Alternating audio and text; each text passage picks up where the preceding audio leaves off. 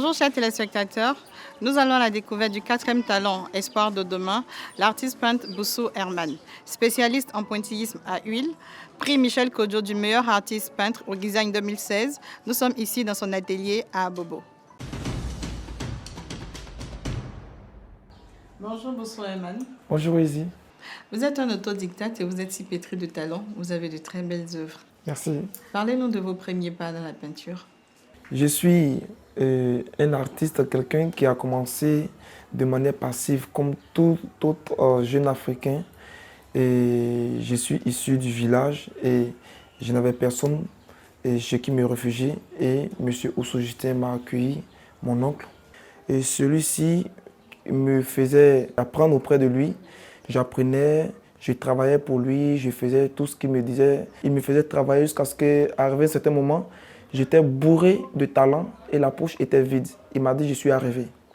Et toutes les galeries dans lesquelles je suis entré, dans l'intention d'exposer en tant qu'artiste, il me refusait parce que le talent que j'exposais était le talent de M. Oussou.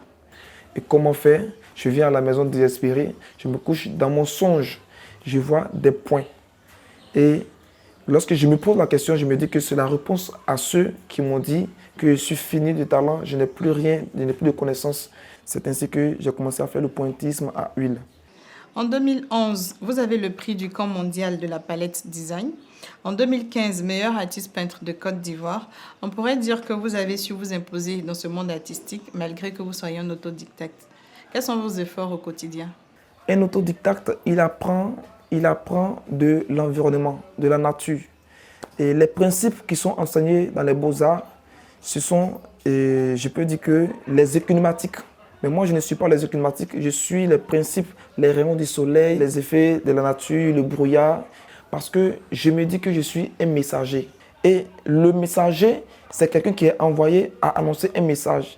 Il faut savoir qui te donne le message pour l'envoyer. Tant que tu n'es pas en accord avec celui qui donne le message, tu seras un messager ébranlé. C'est-à-dire que tu n'es pas en accord avec une divinité. Pourtant, un artiste, c'est quelqu'un qui raconte les choses qui viennent d'ailleurs. L'art même n'a pas de définition chez nous. Chez d'autres, ils ont des définitions. L'art n'est pas une culture d'entre nous, du milieu de nous.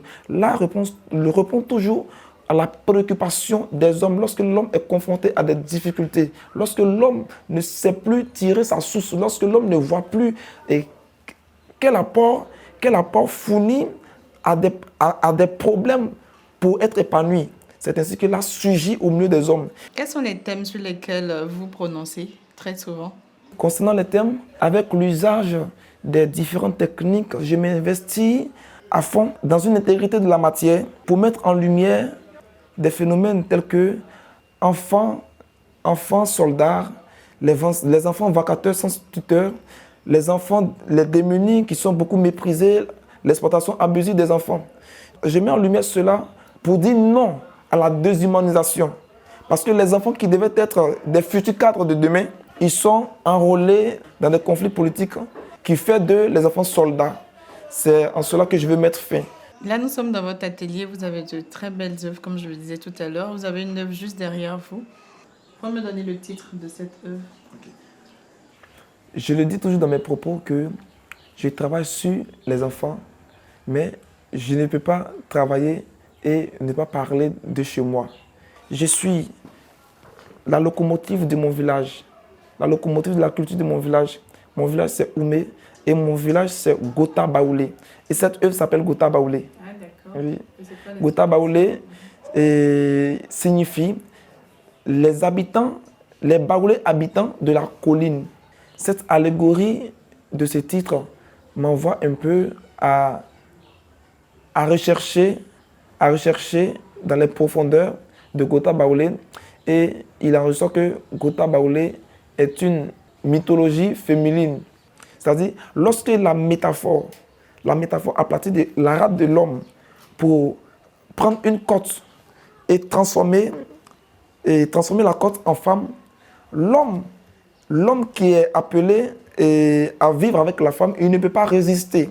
Il ne peut pas résister. C'est ainsi que cette femme qu'on voit des récits, elle cache son côté intime, son côté qui permet aux hommes de ne pas résister, parce qu'il n'y a aucune âme pour l'homme de résister contre la femme. Et elle a le sourire, les attributs de la femme sont exposés ici. Et ensuite, on voit des dépravés de points dans des couleurs chaudes.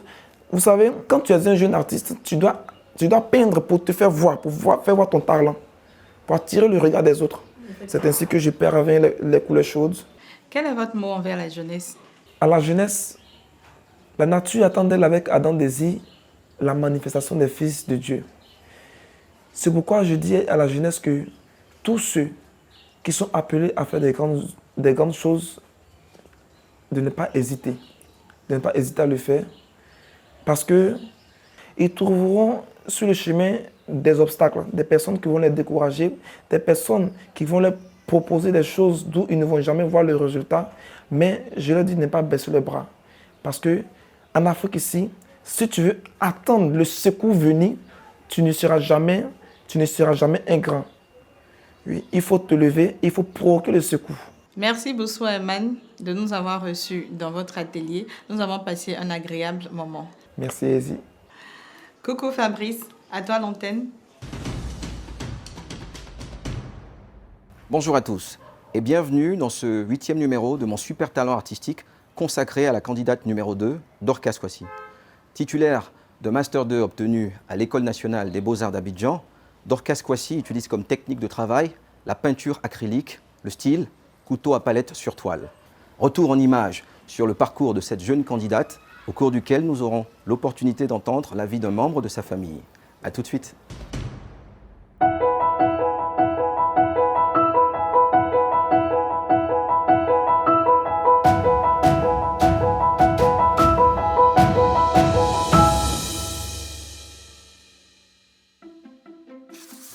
C'est un honneur pour moi de participer à ce concours-là, d'autant plus qu'il est fait dans la mesure de pouvoir montrer ce qu'on sait faire sur le plan artistique, je dirais. Dorcas peint au couteau, c'est une technique particulière et cette technique a besoin d'être fignolée afin d'avoir dans le futur quelque chose d'abouti et quelque chose d'agréable. C'est un concours, hein. C'est un concours, je peux perdre ou gagner, mais je compte sur moi pour pouvoir remporter ce prix-là, vraiment. Dorcas, c'est une fille qui est très éveillée et je crois que sa technique est promoteuse.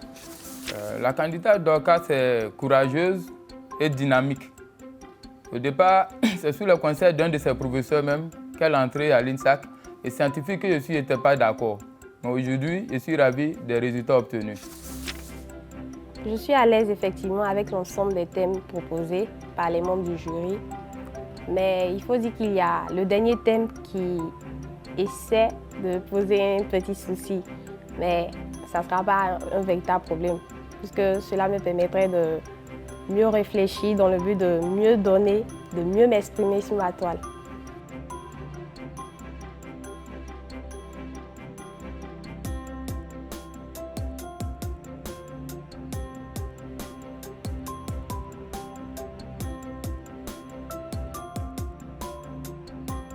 Mon impression par rapport aux œuvres pratiques, je dirais que les 3 épreuves étaient superbes. Tout s'est bien passé, les différents thèmes étaient intéressants. La petite Dorcas, je crois qu'elle est partie sur une technique qui, je pense, n'est pas vraiment celle de sa technique de prédilection. Mais je crois qu'elle aussi, elle va donner le meilleur d'elle-même. Je vois ses fonds déjà. Même si sa technique est un peu différente de sa technique habituelle, je crois qu'elle est aussi motivée et ça se voit dans sa motivation. Le thème qui m'a posé un petit souci, c'était le 3e. Là est l'immigration clandestine. Ce thème m'a posé un souci dans la mesure où il est question en même temps de faire ressortir les raisons qui poussent les différents peuples à immigrer. Aussi, les différentes raisons qui poussent les pays européens à je dirais, refuser d'accueillir ces autres personnes-là.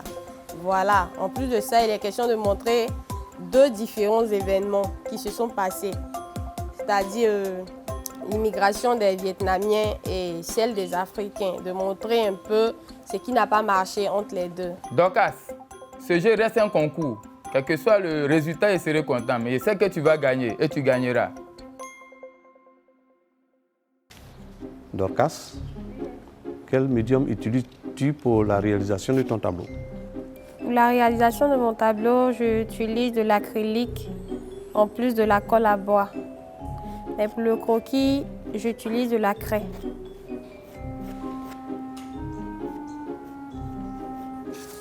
Est-ce qu'il y a un candidat que je redoute? Je dirais pas forcément. Pas forcément. Vu que j'ai eu le temps de voir un peu ce qu'ils font déjà. Mais je redoute personne. Je redoute personne dans l'ensemble.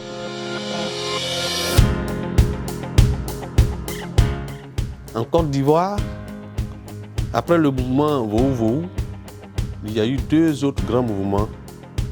Cite-moi les deux grands mouvements et deux précurseurs de ces deux grands mouvements. Je ne dirais pas que la question était difficile. Je dirais que le souci se trouve à mon niveau.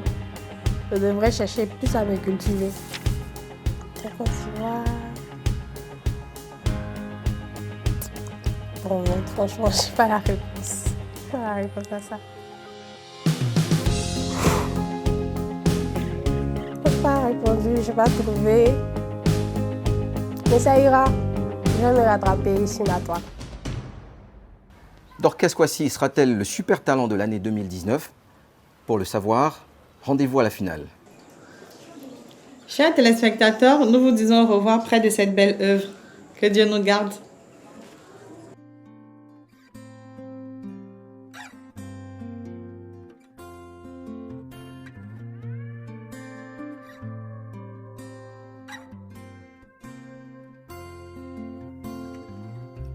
C'était hier quand Boyo jouait sur les pirogues.